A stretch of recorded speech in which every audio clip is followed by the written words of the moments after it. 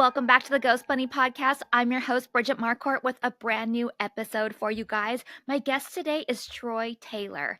Troy Taylor is the author of more than 150 books on history, hauntings, true crime, the unexplained, and the supernatural in America. All of my favorite topics. He is the founder of American Hauntings, Inc., which offers books, events, and ghost tours, and is the owner of the American Oddities Museum in Alton, Illinois. He is also the writer and co-host of the American Hauntings podcast. He has appeared in numerous television shows and documentaries, and his book about the St. Louis exorcism of 1949 is currently under option to be turned into a film by a major production company. That's so exciting. Let's chat with him. Troy, thank you so much for doing the show today. Oh, absolutely. All you had to do was ask, and here I am. That's how it works. Well, first I wanted to say congratulations, because I was just reading in your bio that the St. Louis exorcism is going to major production, possibly. Well, fingers crossed. They've had it for a while, but I know that there is, and of course I'm not allowed to say who it is. You know how that goes. But yeah, there is a director and there is a script, so it's getting closer. So we'll see what happens. Yeah. So I know the last time I had you on my podcast, we talked about that a little bit, but can you just tell listeners who may not have heard that or don't know about it, a little bit of the history of that? Oh, and before we get started, let me just say my camera is being glitchy. It's not paranormal. I am ordering a new one today because I was trying to determine if it was our internet or my camera or my computer, which element it was, and it's definitely my camera, so I'm gonna get that fixed. So if I'm glitching, that's why. One other thing, I have two cats that decided right now is the time to be wild behind me. So if you see the ghosts move or the blinds move or something moving behind me, it's not paranormal either. It is my cats being jerks right now. Well, they always do. I mean, that's what they do. As soon as the cameras come on, otherwise you can't find them all day until you don't need them around, and then here they are. So that's how it always is. Extra rambunctious right now. Of course they are. Of course they are. But besides that, tell us about the St. Louis exorcism.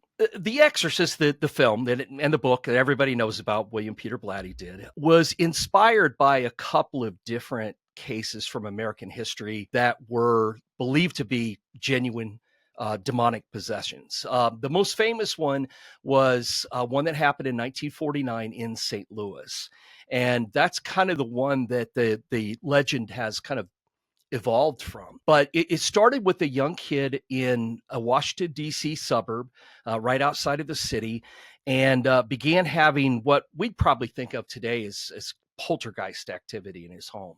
And that's how it started. And it kept up and it kept increasing. There was a Lutheran minister who got involved, who witnessed a lot of their strange happenings, but he also believed that it was could be something explained by this boy with maybe some energy, poltergeist activity, and never really thought too much more about it. But as things began to increase, the family decided to go to St. Louis, where they were originally from, and stay with some family members there. But what started as possibly an infestation by some sort of malevolent force turned into a full-blown possession. At least that's what everyone believed, from the family to the priests who were involved to the archbishop of the church. I mean, they ordered an actual exorcism. It started in the house where the relatives lived.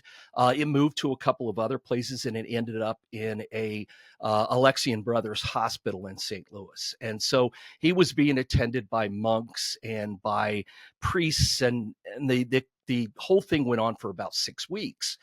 And it was believed to be genuine. There was a report that was filed when it was over. There were 48 witnesses who signed affidavits saying that they had witnessed the activity and believed it to be real. But the church decided not to pursue it any further. They decided to keep everything very quiet for a number of different reasons. One, they had a professor who investigated, who thought it was inconclusive. They also didn't want to embarrass the boy or his family, so they wanted to keep his name under wraps. And so it was always the exorcism of Roland Doe. That's how they always listed it. And they also just decided that that no good could come of this in the climate of St. Louis at the time, when the church was trying to desegregate all of their churches and schools. And so there was a lot going on where they decided to keep this thing quiet. And it remained that way all the way up until 2020, when the boy who was allegedly possessed passed away. Now, years before, I started on this project back in the late 90s, and I wrote my first book about it in 2006, but there was a lot I couldn't say because I had interviewed not only the boy, but family members, relatives, every living priest involved, one of the monks who was still alive, who was at the hospital, everybody that was still alive I had interviewed, but I had always promised him that I would keep his name to myself for as long as he lived. That was our agreement when he did the interview. And he passed away from a stroke in 2020. And then the following year, I put out a new edition of the book and put in everything that I could talk about that I hadn't been able to talk about before. So Roland Doe became Ronald Hunkler because that was his real name. And I was able to fill in a lot of his biographical information. And I felt had a lot more compelling evidence than I'd ever been able to present before. So that's always been, probably, well, it's definitely the best-selling book I've done. But I do presentations and lectures on it at least once a month. But then the book got picked up by a production company and a studio, and so we'll see. Hopefully, it'll get turned into an actual movie, which is kind of funny because it's a book about a story that inspired a book that inspired a movie, and now the original thing is now inspiring a movie. So it makes your head hurt when you think about it too much. Right. But anyway, Wasn't it also, didn't they, I forget if it was Discovery Plus or something, didn't they do like a shock doc about it as well? Yes, yeah. And that actually, we filmed that, weirdly. That was filmed in May of 2020 at the height of the pandemic. Everything was closed. And they were on a schedule, and I had to go to a production company in St. Louis, and no one was allowed to. Remember, this is May, so we don't know what's going on with COVID at this point. No one could go in the studio with me. So I had to sit in an empty studio by myself while the producer, asked me the questions and things over Zoom. And there were only two camera angles the entire time, one from the front, one from the side. And to make things even worse is that I had given myself a COVID haircut. So yeah, that was the worst part of it. It was pretty bad.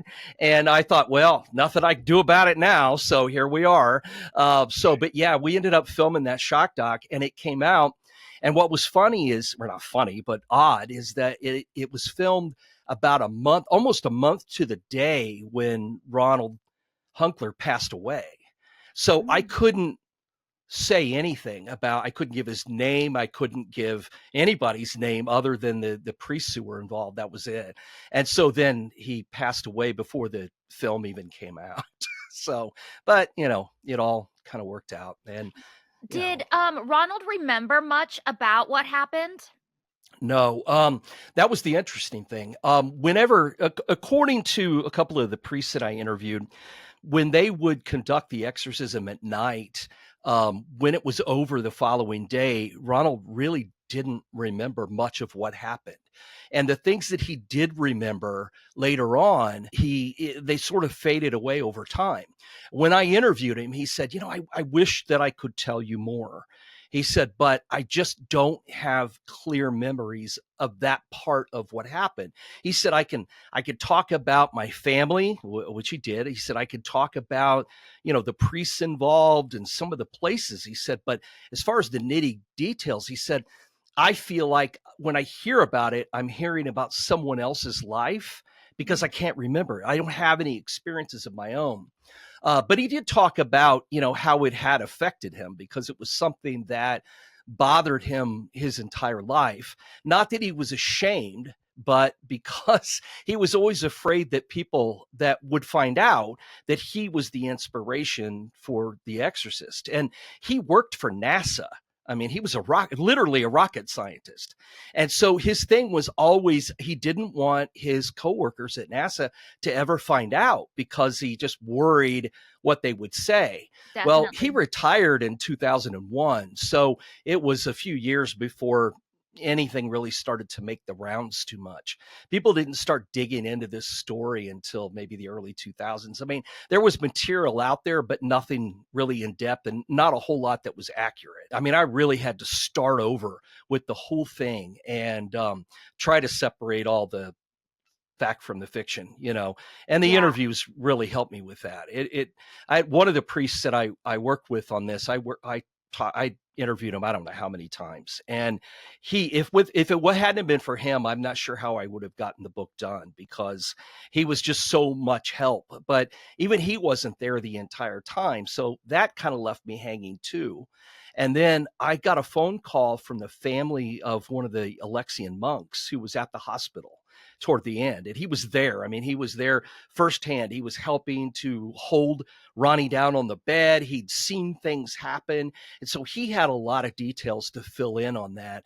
And I interviewed him for several days. He had cancer. He was dying. And that was one thing he wanted to do, is tell this story, because he really thought that it would help if people knew that there was evil in the world, Yeah. and he wanted to tell his story.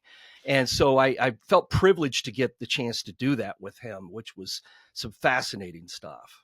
Yeah. When they were doing the exorcism, is he constantly like possessed and violent, or is it like things that he kind of comes and goes out of? Well, initially it was only when they came to when the ritual would begin. And I was going to say only at night, but that makes it sound like there's something spooky about it. The reason that the exorcism was only done at night is because the two priests and their assistant who were involved in the exorcism had to keep it secret. So they couldn't talk about it. Well, all of these guys had responsibilities during the day. So the only time they could come to the family's house or to the hospital or to the rectory where it was part of the time was at night. And it could go on. They said it would go on. It might be an hour. It might go on for 5 or 6 hours, depending on the reaction that they got.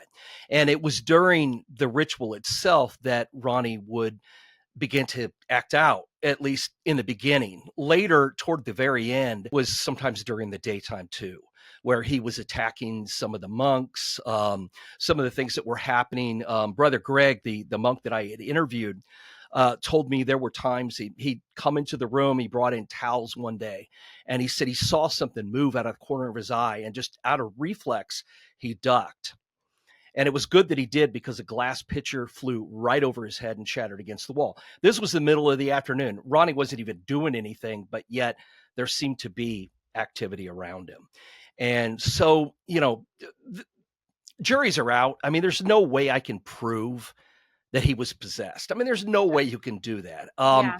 Everyone who was directly involved did believe that he was. They wholeheartedly. I didn't talk to anybody. I haven't seen any report from anyone who was directly involved who said that they didn't think it was real.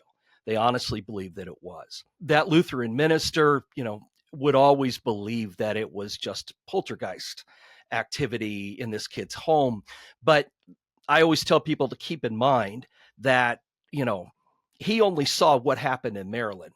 He never saw any of the stuff in St. Louis where the exorcism actually happened. No, Yeah. no exorcism occurred in Maryland. It was just this guy observing it, and the parents and family members and friends and neighbors reporting the weird stuff that they saw.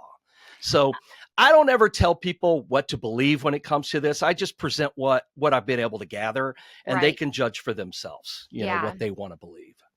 I'm curious, the man that you interviewed, he was the monk, I think, that in the Yes. hospital, who wanted the story told because he wanted people to know there's evil out there and stuff. How often do you think, because there's so many stories of demons, and when we watch these TV shows, Sure. there's so many demons and stuff, and I don't typically believe in demons too much. I don't either. That being said, every once in a while, like you said, like this case or something like that, there are some things where, like, well, I can't, deny that happened to him. And if that did, that's, different from everything else that I'm experiencing over here. Right. So maybe there is something to that particular case. But do you think that if there is such a thing as demons or possession or things like that, it's so incredibly rare? Absolutely. Yeah, I don't think this is something that happens very often. In fact, I interviewed a priest who's the head of an entire state of the exorcists they have. And he says that 99% of the times they're called out to do a so-called exorcism, it's really just a blessing on the house, and it's more of infestation type things than it is like a full-blown possession. So, I'm like you. I hear demons all the time on TV, and I just roll my eyes normally. But I think a lot of it has to do with what we call things depends on our background. Yes. And I think for these priests and for Brother Greg, I think that their background, I mean, they spent their entire life, in religious service. So to them, this activity, this malevolent entity or whatever it was demonic, right out of the Bible kind of thing. And Yeah. I've often wondered if maybe, these things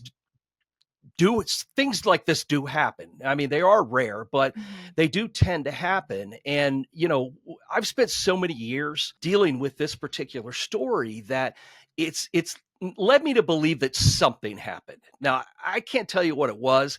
I don't think it was a hoax. I don't think it was mental illness. There's lots of things, and I have lots of reasons why I don't think it was those things. Now, do I think that it was, a fallen angel that came to earth with Lucifer and is out wreaking havoc? No, I don't. But I think it's possible that it could be something maybe we don't understand, or something malevolent at least, Yeah. that's out there. And whatever you believe, that's the name you're going to give it. I mean, it doesn't matter if you want to call it a demon or an angel or a spirit or a ghost or Elemental. Anything. Yeah. I mean, I think it depends on your background, how it gets labeled. Mhm. And one of the things I've noticed is that it seems like when there are demons everywhere on a TV show, it's always people from the Northeast. It's always New England. People love their demons. I don't know why. I think it's the Puritans. I'm going to blame it on the Puritans or something. But man, they love their demons up that way. And but then you go west, you don't hear about demons all the time. It's got to be. There's got to be a reason for this. What's funny too is you were talking about how the Lutheran priest was like, man, maybe it's a hoax or whatever. It's interesting because my very first experience when I was a kid, and I grew up Lutheran in the Lutheran church, like went through the whole catechism thing, confirmed Sure. the whole church every Sunday kind of thing. When I had my first experience, I've told this story before, but the family had two different thoughts on it. One thought I needed psychiatrist and the other said I needed to talk to our pastor at our church who's Lutheran. And so we did both, and the pastor came, and I could tell he did not believe me. But he did give me some good advice. He told me to keep a diary and write everything down that happened. That is good advice. Yeah. It was great advice, but at the time I could tell he's not buying it, Mm-hmm. Yeah, it's been my experience that Lutherans will give you a little bit of leeway when it comes to ghosts, but they don't want to hear about demons and possession and stuff. That's a Catholic thing. Let the Catholics deal with that, Yeah. That's always been my experience. And what was funny about this particular case is that Ronald's father, Edwin, was raised a Catholic. His grandmother had been a Catholic, but she became a Lutheran. So she had raised Ronnie's mother as a Lutheran. So when all this stuff first started happening in their house, they just assumed their house was haunted. That's why they called their Lutheran minister to come over, who didn't believe it was a ghost. He thought it was Ronnie playing pranks on his family, until he really had some time to study this. I mean, he ended up bringing Ronnie to his home to spend the night because he had seen things happening at the Hunkler house, but wasn't buying it. He was still convinced Ronnie was up to something. So we brought him to his house to spend the night there. And he put him in the master bedroom. There were two double beds, and Ronnie went to bed, and Reverend Schultz stayed up to keep an eye on Ronnie. And he said that after Ronnie had gone to sleep, that the bed that he was on started shaking and banging against the wall. Yeah, so we got him up, thinking he's still up to something, got him up, put him in a chair across the room. and just like an easy chair, and told him to go back to sleep. And he did. And then the Reverend sat there and watched the chair move away from the wall and dump Ronnie out on the floor. No Now, way. he didn't have an explanation for this. So now he just made a pallet for him on the floor and put him back down, told him to go back to sleep. And according to Reverend Schultz, as he sat there watching, that pallet Ronnie was on slid across the hardwood floor halfway across the room and went right underneath the bed that Ronnie had been sleeping on. So he still wasn't thinking, and he never thought that it was anything demonic. And he didn't even think it was a ghost. He, again, thought it was just something from Ronnie. And he contacted J.B. Ryan at Duke University. Yeah. Because at the time, he was the top guy in the whole country dealing with this stuff in 1949. Yeah. So he contacted him, and I've got a copy of the letter where he describes the events. And Dr. Ryan was excited and said that he would come up to Cottage City, Maryland, where the families lived, and see things for himself. But by the time his schedule was clear, the family had gone on to St. Louis. So Dr. Ryan never got involved in it, but Reverend Schultz always thought it was a poltergeist. In fact, when it was all over, he presented a paper in DC about Bronnie and the poltergeist. Never used his name, but said it was a poltergeist. But then he added that the family didn't believe that it had gone to St. Louis for an exorcism. Now, in 1949, all you had to do was say exorcism. People got really excited. And so a reporter wrote a story headlining exorcism, but then couldn't say anything, didn't know anything about it, only that it had happened. But the story got picked up all over the DC area. Everybody kept running this exorcism story without naming names or any of the details. And that's actually how William Peter Blatty found out about it. He saw that article in a paper, cut it out, thought it was interesting, and went to talk to one of his advisors and say, hey, what do you know about this? And the guy says, well, rumor has it there really was an exorcism, and there was a diary kept and all kinds of stuff. And of course, Blatty, wanted to know if he could see any of it. And of course he couldn't. Blatty was studying to be a priest at the time, but then he obviously didn't complete his studies. So, he ended up as a writer, but, and then went back to that 20 years later to write The Exorcist, so it was inspired by this real story. Yeah, it's so fascinating. And speaking about studying and everything and the Rhine, I've been taking classes at the Rhine. I'm not currently at the moment taking classes, but I have been in the recent past taking classes with Lloyd Auerbach on there. Oh, sure, man. He's the best. Yeah, he's the best. So good. Like, he just makes it so fun, too. And I just feel like he's so knowledgeable. He is. He is a walking encyclopedia of everything you could possibly want to know about anything to do with parapsychology. And he's a lot of fun too. That's the thing. He's got a great sense of humor. He's great to be around. Between him and Rosemary Ellen Guiley, who was an old friend of mine who passed away a couple of years, if I needed to know something, they were the people to ask. You could always ask. So for sure. But he's not the first person I would take classes for. I have to tell everybody about you and I. Yeah, I know. Man, that has been a long time ago. That has been so long. I know. So that was back in like 2005, probably. Probably, yeah, at least. Maybe even a year or two before that. I started taking classes. Yeah. It was online courses. And this was really early in the day of online courses. Yep. Like, this they were just getting started to even do such a thing. Right. And the books that I had to read, I was taking classes for getting my paranormal investigator's certificate. And the books that I had to read were yours. Yeah. Yep. Yeah, that was fun. That was a different time, it was a whole different world back then. And online was still pretty new, and the course thing was fun, and it was new, and it would always be, listen, I'm not going to make you an expert, but if you finish it, at least you'll have some knowledge, some common sense knowledge. That was always my thing with it. I just always wanted to push the common sense side of all of it. And I finally got out of, I put out my last edition, or it went out of print in 2010. of that Ghost Hunter's Guidebook, because I felt like I wasn't going to keep up with it anymore. I couldn't keep up with things that were starting to change, because it had gone from, technology was changing. So it made it hard to keep trying to put out a book that kept trying to update technology.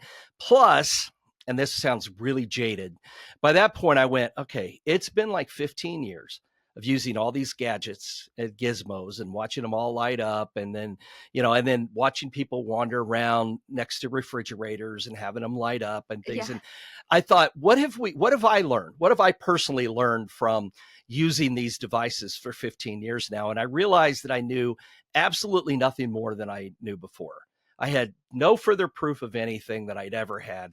And I thought, I don't think this is for me. My thing became, I was pushing people to not only use common sense, which I already mentioned, but my other thing was trying to convince people that science isn't going to prove a place is haunted.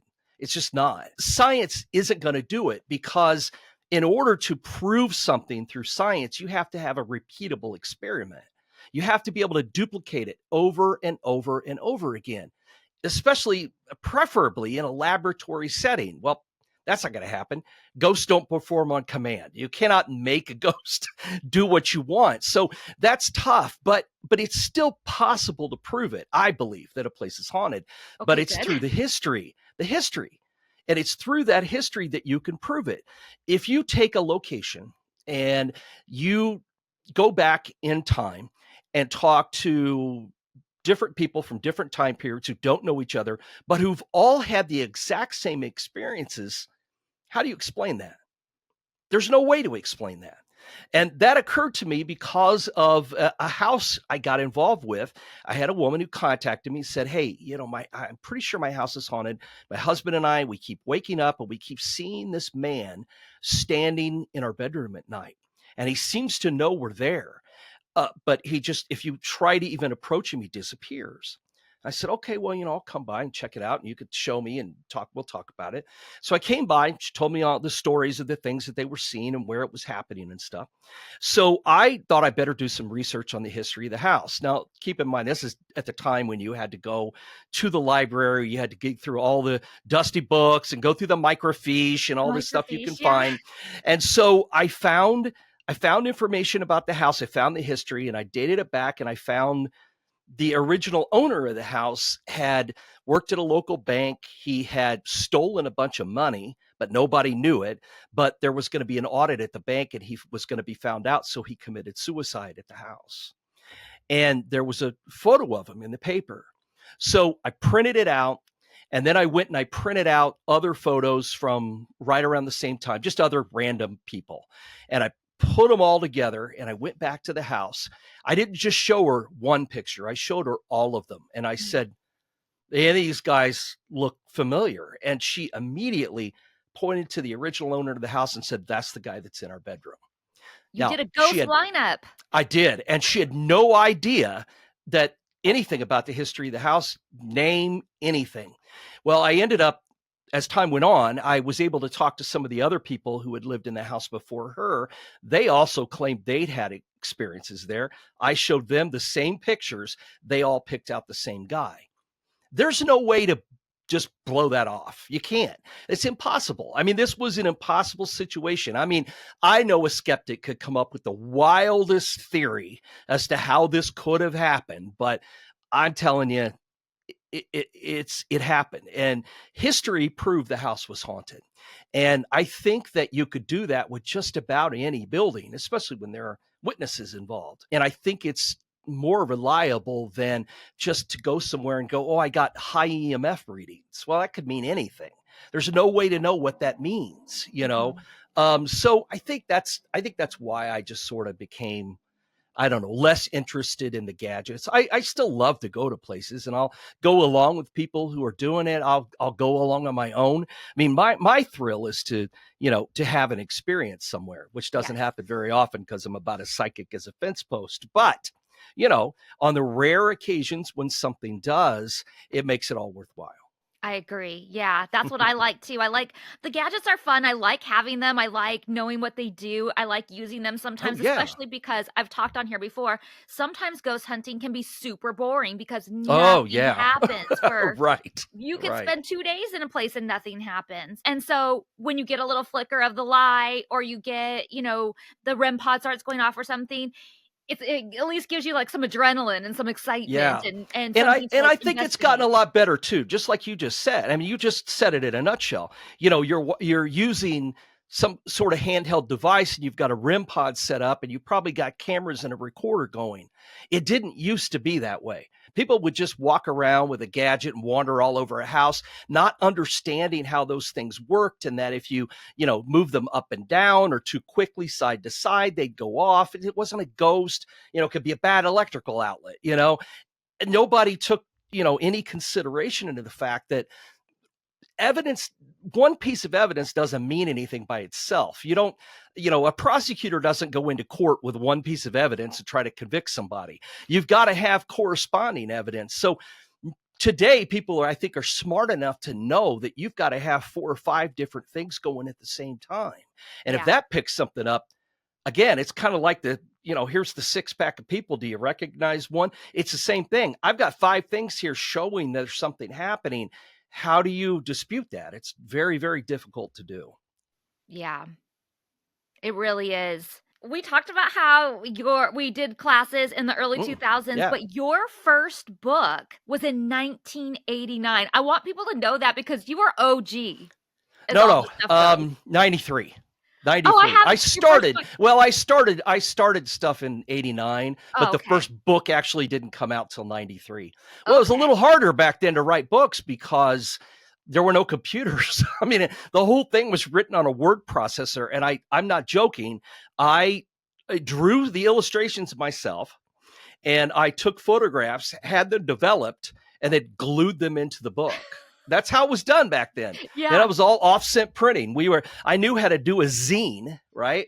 So that's essentially what the first book was, but it was done by a printer. And I never imagined that I would sell as many of them as I did. I mean, I'm glad I did because otherwise I would not be doing this today. But I did, which was great. So I was very excited about it. the book, Yeah, but the book, when I look back at it, not so exciting these days, but it spawned a haunted tour, which I feel like that is OG too. Like doing haunted tour, like you had to be one of the first ones. yeah, there was a tour in Chicago which is kind of where I got the idea from. As far as, well, actually a buddy of mine suggested, he goes, you're working on this book. He said, but when the book comes out, I'll bet people probably want to go around and see those places. He said, you ought to just rent a van or something. Well, we had no idea that anybody would really want to go. So at the time I worked at a radio station, and I went to um the boss there at the station. I said, hey, I got this idea. And I told him, and he said, that's the stupidest thing I've ever heard. Nobody's going to want to take a ghost tour. And I said, well, how about this? You guys get the bus and we'll give the tickets away for free. And he said, that's the only way anybody's going to go. And so we managed to get an old decommissioned city bus, and we started giving away the tickets on the air. They lasted about 7 minutes. And we just kept getting phone calls. So the night of the tour, the people who had the tickets showed up to claim their seats. And the DJs had all been telling people that, hey, you could always just come down to where the tour starts. And if there's anybody who doesn't show up, maybe you could get on the bus. And we had like 400 people who showed up to get on the bus. And the boss at the station said, okay, maybe this will work. Well, the next year I charged money for the tickets. So Yeah. yeah. And so, yeah, it kind of just turned into a thing. I mean, I'm still doing it. 20, I don't know how long is that? 30. Oh, I guess that's 32 years 30-year later. I'm still anniversary. doing it. That's what Yeah. I have on Yeah. here. It's the 30-year Yeah. anniversary, which is so Yeah. impressive. Because it turned into your company, which is the American Hauntings Tours. Mm-hmm. Yeah. How many of Yeah. those do you do? Well, we have tours in Decatur, where I grew up, Illinois. We have one in Springfield, Illinois. We have one in Chicago. We have one in Alton, actually 2 different ones in Alton, Illinois, which is down by St. Louis. And most of them run all year round. Decatur's only at Halloween. Most of them run all year round. I do some tours, only the ones that involve food. I'll Yeah. personally host. I don't do the other ones, but I got a great staff. Most of them have been with me for like 20 years or more. And so Wow. we're just busy all the time. And then we do a lot of ghost hunts and things. And I've got staff members who go out to, and in different states, who go out and host the events. And so it's just fun. It's a lot of fun. So, and then I just stay here lurking in my office writing books. So the tours are all in Illinois. yes, except for our ghost hunts. We do those all over the place. Yeah. Where So different locations. just wherever locations pop up that, a lot of them will invite us, they'll seek us out, or we'll seek them out. And that's always interesting too. It's always fun. So Yeah. And then you started the Haunted America Conference, right? Yeah, that was in 97. So this is our technically it's our 29th year, but we had to skip it in 2020. So officially it's 28 years coming up in June. Yeah. So that was that was funny too, because in 1997 there were no ghost conferences. That didn't exist. But I got the strangest thing, I got the idea because a buddy of mine ran a Sherlock Holmes conference, of all things, and invited me to come. And I thought, well, this will be fun. And it was not, but it was interesting anyway. And I thought, we could do this with ghost stuff. I know enough, people who are writing books and stuff that would love to probably come and speak. So we started doing it. And that first year, it ran the local paper. I mean, the internet was so new, but we got a lot of people that way interested in it. But the story, about 3 days before the conference, a reporter ran just a tiny little article about it in the local paper and thought the whole thing was so dumb. I mean, just, nobody gets stuff, and he thought the whole thing was silly. But just for fun, he put it on the AP wire and it went out. And for the 3 days leading up to the conference, I would spend starting at about 6 a.m. through noon, and then again in the afternoon, hours every day on radio stations that were calling me from all over the country, because they thought this the silliest thing they'd ever heard. Bunch of people getting together to hunt and talk about ghosts. And it was crazy. It was just absolutely nutty week, but it was fun. And been doing it ever since. And now, I mean, we have regulars who come from, every part of the country, sometimes from out of the country, to attend, that have been coming for years. We look at it like it's kind of like paranormal summer camp. Yeah. It's a chance to see your friends that you only see once a year. Yes. And it is a lot of fun. And nobody judges your weird beliefs or your weird ideas or anything. Everybody just kind of gets together and has fun. But yeah, it's a great time. It really is. I enjoy it so much. Was this the first one? The very first ghost conference in the country anyway. I don't know beyond here, but in America it was. Yeah. Nobody so many tried now. it before. Now there's a lot. Yeah. But yeah, it was just, I don't know. I just thought it'd be fun, and it was. Yeah. Well, one of the reasons that, obviously I would have wanted you on this podcast no matter what, because there's so many things to talk about. But one of the reasons that I contacted you right now, and I did, is I just had on Tammy Murhab Chavez. Are you familiar with her? She has a podcast called Hollyweird. Yeah. Yeah, sure. I know the name. I don't know her, but yeah, I do know the name. Yeah. So I just had her on my podcast. I love to do everything themed. And so I wanted to do a whole Mardi Gras episode. And she's from New Orleans. So I had her on, and we were talking about New Orleans ghost stories, and it was really fun and everything. And one of the things, I research everybody's episode before I do it, and like come up with stories and ideas and topics and everything.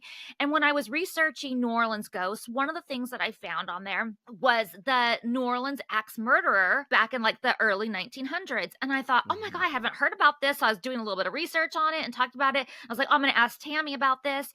And then when she came on, I was asking her about it. And we just briefly talked about it. Neither one of us know a great deal of details on it or anything. And then all of a sudden I was like, you know what? I wonder if that has anything to do with Villisca. Wouldn't that be around the same time? But as I'm talking to her live, like I couldn't remember even when Yeah, Villisca happened. So she was right. like, I think Troy Taylor just did a podcast about that. And I was like, wait, what? And so I went and she sent me the link and I was like, oh my God, he did like a whole series on this. I have to have him on to come and talk about this. And I purposely did not listen to your series because I wanted to be like a listener on here that most likely has no knowledge of any of this. So can you fill us in a little bit and see if they're connected?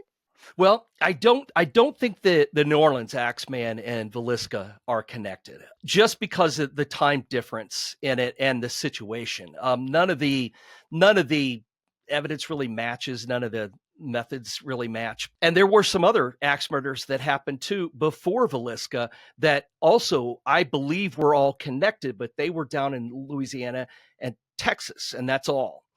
The Villisca murders were almost the end of what I believe is a spree. I first started looking into Villisca, I guess, mid 2000s. I guess I had gone out and visited the house for the first time, and had spent the night there. And I've been there. I've lost track of how many times I've been there. But Really? the last owners of the house, the ones who had turned it into the kind of museum that it became, I got to know them really well. And so I went out a lot. And that in itself was interesting. But when I started doing some research into the Villisca murders, I kept thinking, I wonder, this just seemed like it was so easy for this guy to, okay, well, let me back up and give you a nutshell story on what happened in Villisca. Yeah. It was June 9th, 1912. There was a family who lived in this town. J.B. Moore, Sarah Moore was his wife. They had 4 kids, and then they had a couple of young girls who were friends of their daughters who were spending the night with them that night. And they had gone to a Sunday school program. Sarah was the head of the Sunday school in town at their church. So they went to the Sunday school program. They went home, and at some point during the night, it's believed the killer was already hiding in their attic, that he'd gotten into the house. Now, this is a tiny house. And the attic is not what you might expect. The attic is not above everything. It's actually on the second floor of the house. It's just a unfinished room that the family did not use because it's small and it was kind of cramped. There are 2 bedrooms upstairs and 1 bedroom downstairs. At the time, no running water in the house. There was a pump that pumped water in, but no bathroom or anything. So it was not a big place. It was just a parlor, kitchen, 1 bedroom downstairs, and then the stuff upstairs. Well, at some point during the night, the killer left the attic, murdered JB and Sarah first in the master bedroom, which is the main bedroom at the top of the stairs, then murdered their 4 children in the middle of the night, hit everyone with the blunt side of an axe, went downstairs and killed the 2 visiting girls as well, and stayed in the house for a while. He stayed there. He washed up in the kitchen, made himself a sandwich. And then he had already covered all of the curtains, or covered all of the windows. He closed all the curtains, and then the curtains that didn't have windows, he'd gotten clothing out of the closets and hung them over so that no one could see that there was a light in the house. At least that's my theory behind it, because he left behind a lantern or an oil lamp that he had turned the wick down really far. He'd taken the top glass off, and so there was barely any light to see by, but that's apparently all he needed once his eyes adjusted. Anyway, committed the murders, locked all the doors, and left. Well, the next morning, the neighbor noticed that the cows hadn't been milked at the Moore house, and that all the curtains were closed and nobody was up around moving, which is very strange when you've got 4 kids at home and you've got a cow, you've got chickens, got a husband who runs a very popular farm implement store in town, as JB did. She called JB's brother to come down and check the house because she thought something was wrong. That's when the bodies were discovered. So this murder became the biggest in Iowa history. I mean, there'd been nothing like it. 8 people killed in one house in one night in 1912. And this is a small town. And, they didn't have any didn't know how to investigate it. They didn't know they didn't know to keep people out of the crime scene. People were wandering around, picking things up, carrying it away. They brought in bloodhounds trying to catch the killer, thinking that he was somebody from town. The killer was long gone by then. Well, anyway, so I started to think, man, this guy so easily got away with this. And he left these really strange things behind, like the curtains and the wick on the chimney, on the light and everything. And I thought, so odd. I wonder if maybe he'd done this before. So I started digging back through newspapers, which is a lot easier than it was when I wrote my first book. even in 2005, it was easier. Started digging back through old newspapers and found that for months ahead of the Villisca murders, there had been a string of other murders across the Midwest that were identical. I mean, Wow. how the killer got in the house, Even the what he left lantern? behind, the lantern in every single case had left the wick burning. The bodies were posed. He covered the corpses. He covered the windows. I mean, it was to a T matching. And there were several of them. Colorado Springs, Illinois, Kansas, a couple of places in Kansas. And then just shortly before Villisca, there had been another attack in Kansas where two people were killed, and then the house nearby was broken into, and whoever the intruder was that same night was scared away. Well, 3 days later, Villisca happened, which now today we can look at that and go, well, that's serial killer behavior. He couldn't do what he wanted to do, and he needed to release that tension, and then Villisca happened. There was one other murder that happened after Villisca, identical, same exact stuff, and then they stopped. Now, why they stopped, nobody knows. I mean, it could be a variety of things. But one thing that I will tell you that put all of the towns where the murders happened in common, they were all connected by the railroad. So this guy either worked for the railroad or was traveling by railroad, which was pretty common at the time. I mean, hobos were all over the place riding the rails. And so I believe that's how this guy was traveling.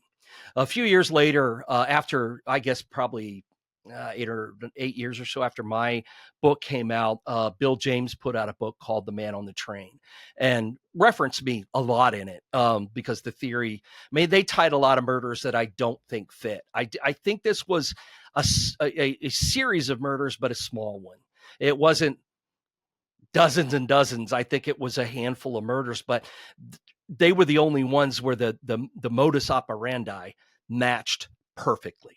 And so that, I think, is obviously the reason the house is haunted. There are stories of hauntings connected to a couple of the other places, but the problem is that only one of the other houses today still survive. Only one in Monmouth, Illinois, where murders happen, and then Villisca. And Villisca, of course, has got its reputation for its haunting.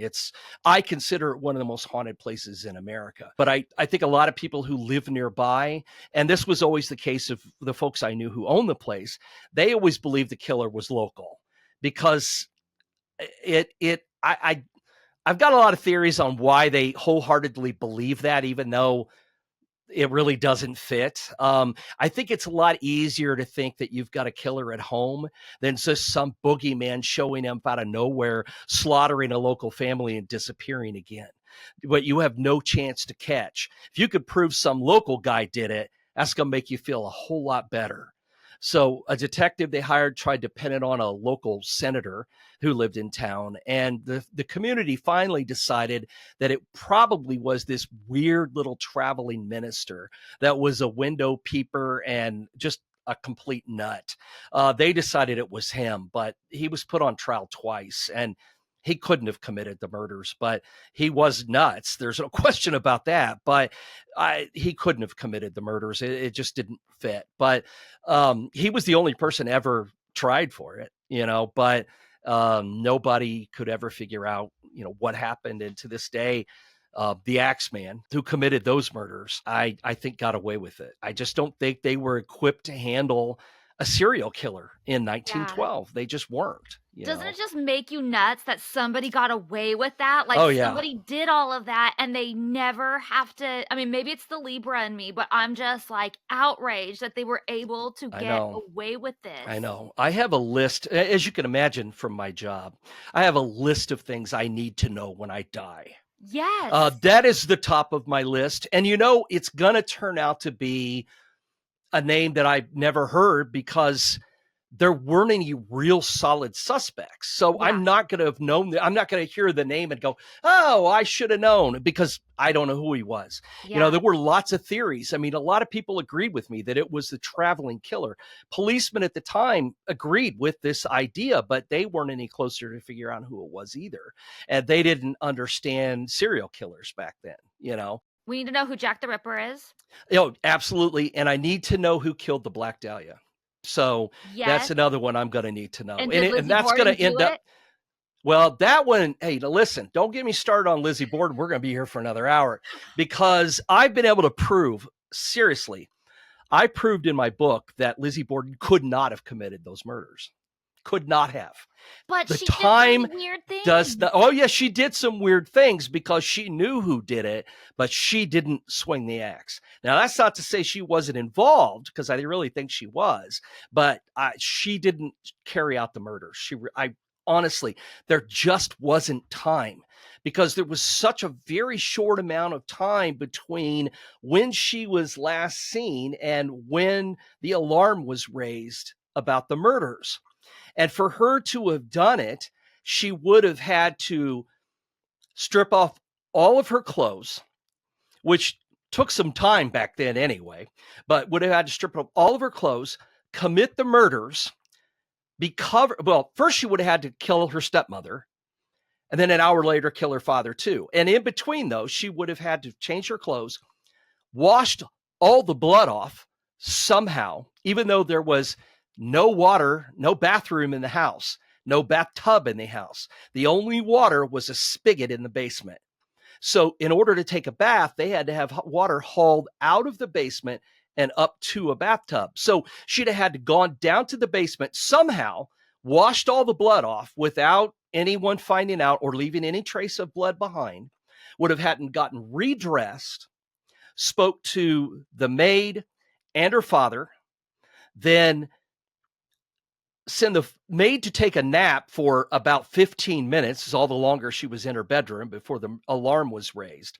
She would have had to have stripped off her clothes again, murdered her father, then gone back down to the basement, washed up again, got redressed, and then be in the dress that everyone had seen her wearing already throughout the day, which had no blood on it. So there's just no time.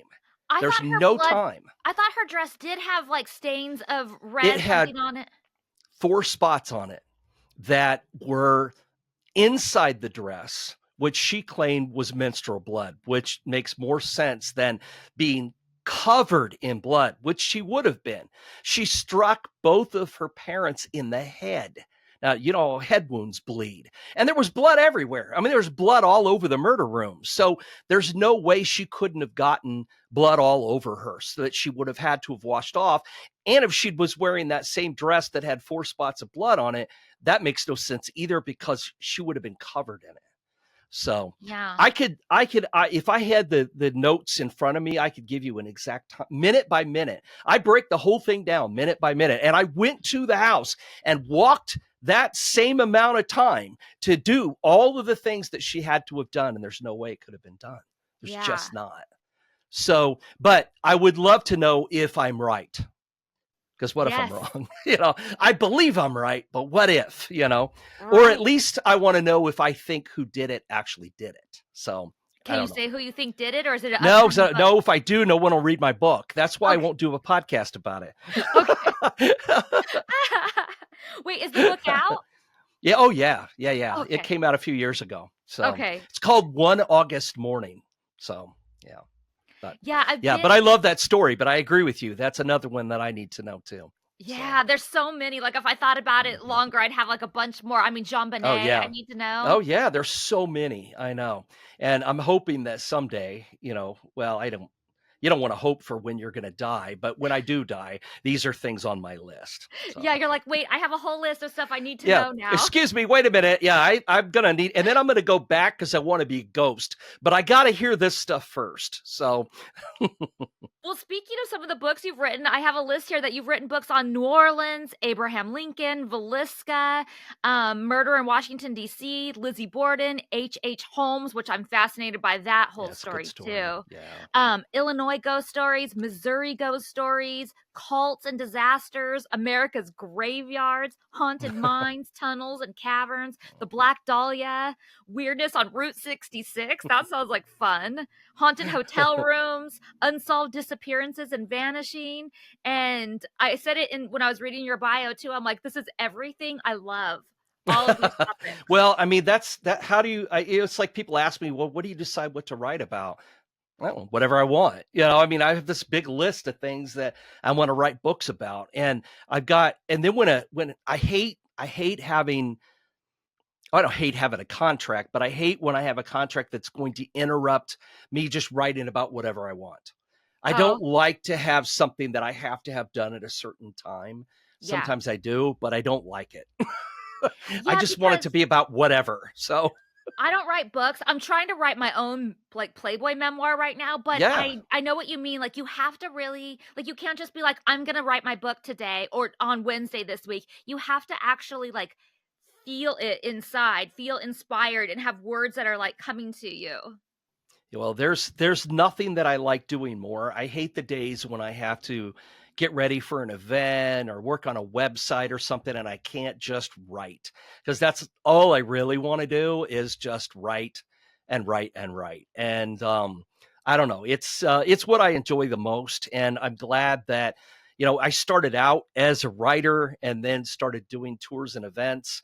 But sometimes the tours and events are what supports me being allowed to just write about any random thing I want to write about. Yeah, So, definitely. but it's But how fun. did you what I'm sure I asked you the last time I had you on, but what got you into the paranormal? When I was a kid, my great grandfather was a cop in the town where I grew up, and I was young. He was still alive. He was older by then, but was still around. And he was an Irish immigrant, and he was full of stories and would tell me all the stories, not only about all of the terrible crimes that happened and all the murder scenes that he witnessed. Keep in mind, I'm like 8.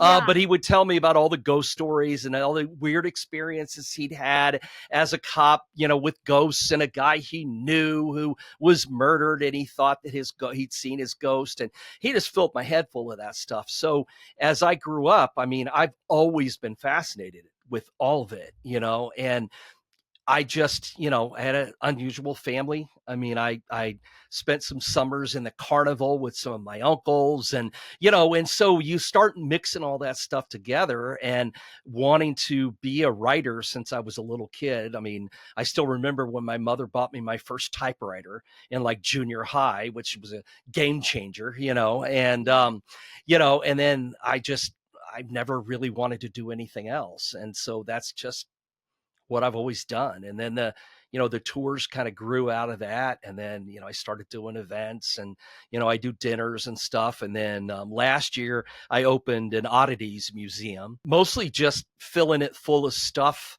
from my house.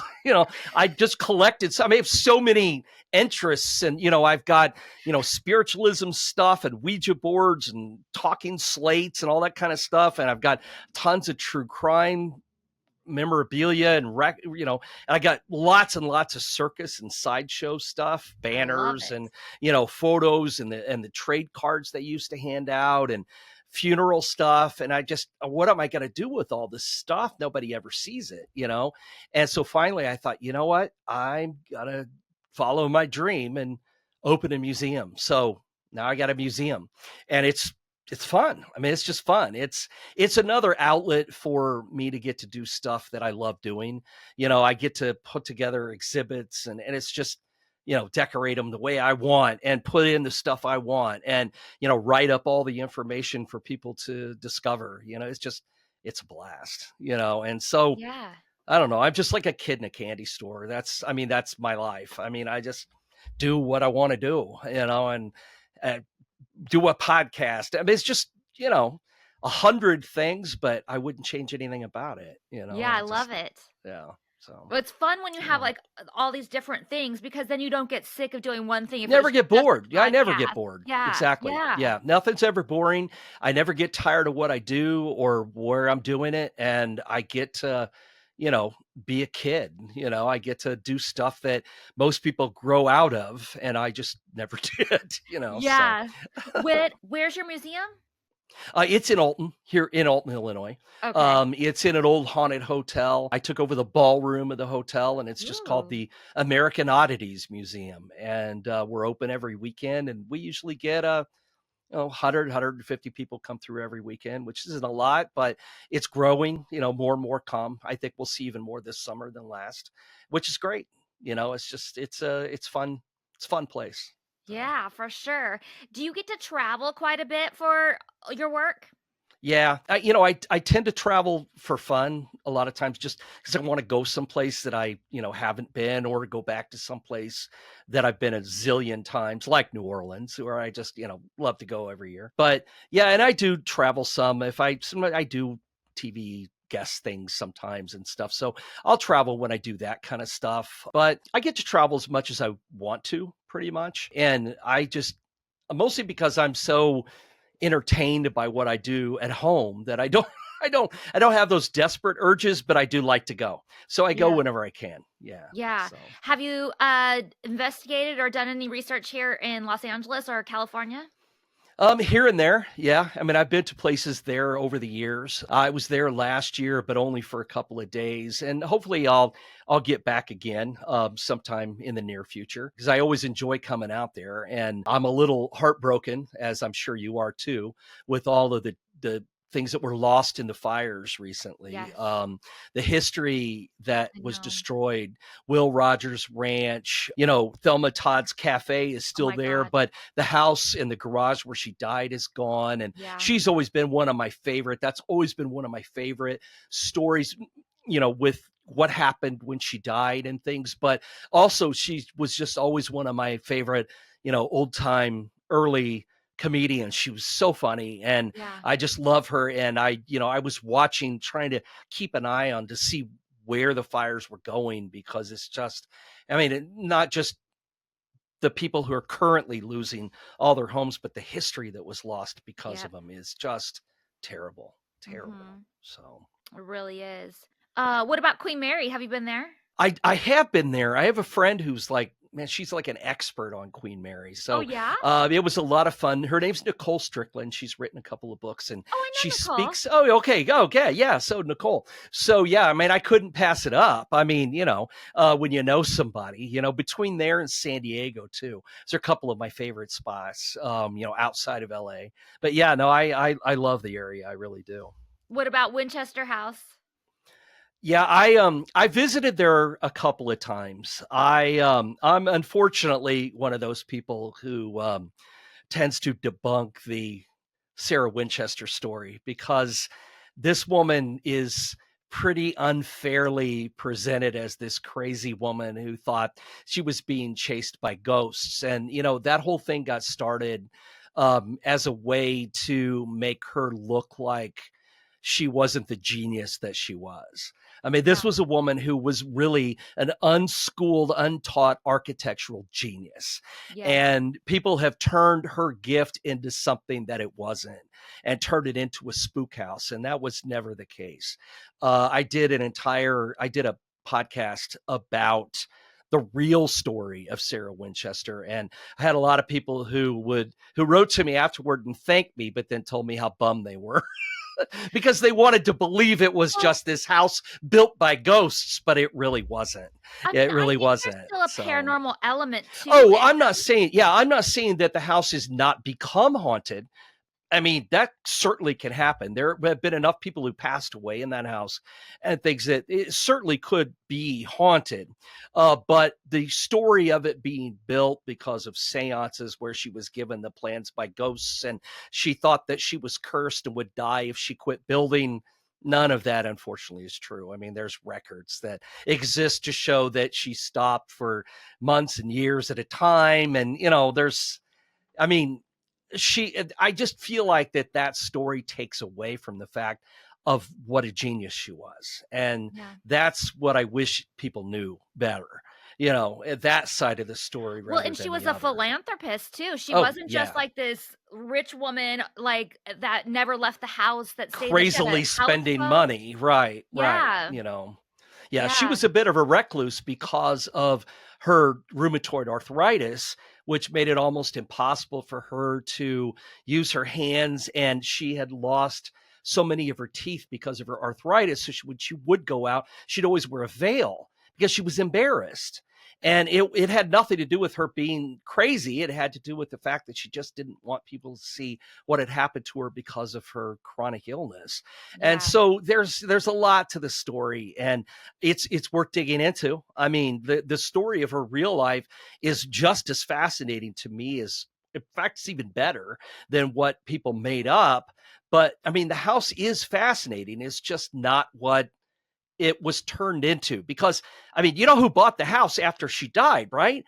Carnival guys. So of Oh, course was they it? lied about everything. That's the way it worked. And it's what they, that's the whole genius of the carnival, is to make it what you want it to be. And that's what these guys did. And Yeah. they turned it into an attraction, which it is, and it has become one. But yeah, It's unfortunately, incredible you just to know, see, like, just to oh, see that house. absolutely. It's Yeah, amazing, and I it did have is. a paranormal experience there. Did you? Did you really? Yeah? I was filming there late at night, and so it was just us, the film crew and Mhm. myself and the PR person from the house, and I was Yeah. doing this scene where I had to keep going in and out of the front door, and I went to open the door, and I opened it, and something pulled it right out of my hand. And opened it or closed it? Closed it. Oh, closed it on you. Well, that's Well, not I was good. about to go back out, Oh, and so I all opened right, the all right. door, and it pulled out of my hand and Oh, slammed it shut. didn't want you to leave. No, and I thought it was a producer because we were kinda doing a gag where I walk in and the door just closes behind me mysteriously, Right. on its Right, own, right. and so we had a producer that was down there, like, closing it behind me, and so I thought, "Oh, it was just the producer and he doesn't realize I'm trying to come back out," but then I turned it and opened it, and there was nobody there, and he was around the corner hiding from the cameras still. I was like, "Did you Yeah. just grab the door?" And he was like, "No, How I'm over did you do here." that? Oh, wow. Yeah, that's cool. That is very Yeah. cool.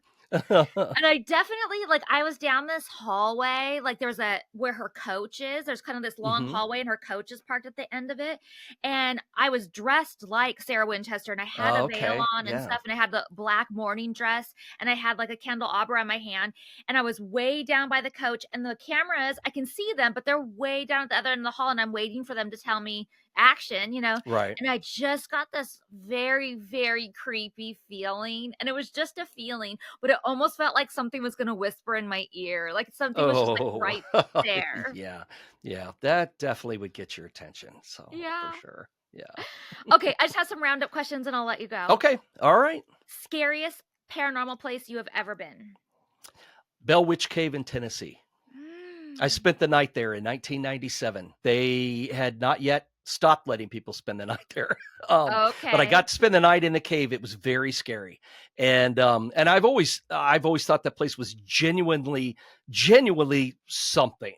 Whether it's the actual spirit of the Bell Witch or something else, that place is crazy haunted. Hmm. And that was not a place that I and I know, I mean, like I said, I don't go around seeing dead people and talking to ghosts, but that was a place that I would not do it again. I wouldn't. I wouldn't Not spend the do it night there again. again. No, no, it is too much. It was too much. Yeah, that The place is only thing very I've heard scary. about that place is that you could take your car there and, like, put it in neutral and it'll start, like, I don't know, backing up or moving forward or something. There are a lot of stories about the neighborhood and the area around it, but the cave itself is the only part, or the only thing left, except for the Bell family graveyard, that actually goes back to the story of the witch, which she was really a ghost. It was just something they called them in the early 1800s, and this thing haunted this family for years. And eventually it led to the death of John Bell, the father of the family. The ghost took credit for killing him, which is the only time that's ever happened in American history. It's an interesting story. Now, how Yeah. much of the hard facts made it from 1820 till today is hard to say, but that story's been around for, 200 years. And it's a scary story. And that cave that is on that property is a scary spot. Take my word for it. Wow. Is it Yeah. a park now? Is it a national or like No, a no, no, no. It's privately owned and they do offer tours of the okay. cave. So I you don't know why I can thought it was visit like a there. state park or something. Yeah, no, I mean there are a lot of them that are, but that particular one is privately owned, and it is a spot where you can take the tour and see it. So Interesting. yeah, I gotta go so there. yeah, it's worth it. Okay, favorite. I know we talked about how we feel about paranormal tools earlier, but if you had to pick one, your favorite paranormal tool beside yourself. Oh yeah, I would probably have to say the one I get the most enjoyment out of watching are those REM pods. Those are fun to watch because it's hard to just kind of brush off anything that happens because you leave it stationary. And that Mhm. was one of those things that I was preaching a long time ago. Stop carrying this stuff around, leave it where something's supposed to happen. And with a REM pod, you can't carry it around. You have to leave it stationary. And so that has always been one that I've been the most interested in. I've seen a few blips here and there on them. Probably the one time that I really saw something I could not explain. I was at the Old Lake County Jail in Crown Point, Indiana, the jail that Dillinger had escaped from. And I Okay. was spending the night there and had that set up in one of the cells. And literally just a few of us were there watching it. And all of a sudden, this thing just kept going off. No explanation, no one near it. And that was impressive. So that would be my favorite. That happened to Holly and I too. We had it on the Queen Mary and we were in a suite. So it had like a living room area and the bedroom Hmm. separate. And we put the REM pod in the bedroom and we were out in the living room and we were trying to do like a live podcast and stuff. It would not stop going Going off in the off. other room nonstop to the point where Right. we had to just go and turn it off. Yeah, and there's no explanation for it. If there's no one there, tell me what's happening. Give me some skeptical. I don't know what it is. I don't know how Yeah. you rationalize something like that when it's not moving and there's no one near it, and yet it's still picking something up.